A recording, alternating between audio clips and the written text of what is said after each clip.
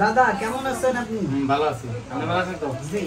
আপনি যে আমাদের কাছে আসছিলেন বলছিলেন যে আমরা অনেক জায়গায় ডাক্তার কবিরাজ দেখাইছি, 7 বছর বিবাহ করছি, করার পরে কোনো বাচ্চা কাচ্চা আপনাদের কনসেপ্ট হতো না। হ্যাঁ। তো আমাদের এখান থেকে আপনাকে আমি চিকিৎসা দেওয়ার পরে, আপনার ওয়াইফকে চিকিৎসা দেওয়ার পরে আপনাদের কি বাচ্চা হয়েছে কিনা? হ্যাঁ, আমি 5-7 বছর পর মনে করেন অনেক কবিরাজ দেখাইছি, কোনো জায়গায় দেখাইয়া ফল পাই নাই।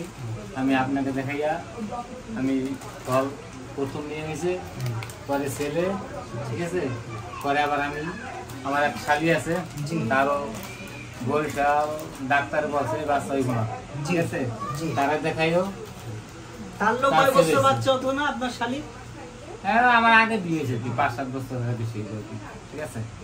আর একটা যে রোগী আনলেন ময়মনসিংহ থেকে বললেন স্বামী স্ত্রী আপনার সম্বন্ধে সুগন্ধি হয়, এদের 14 বছর বাচ্চা হতো না।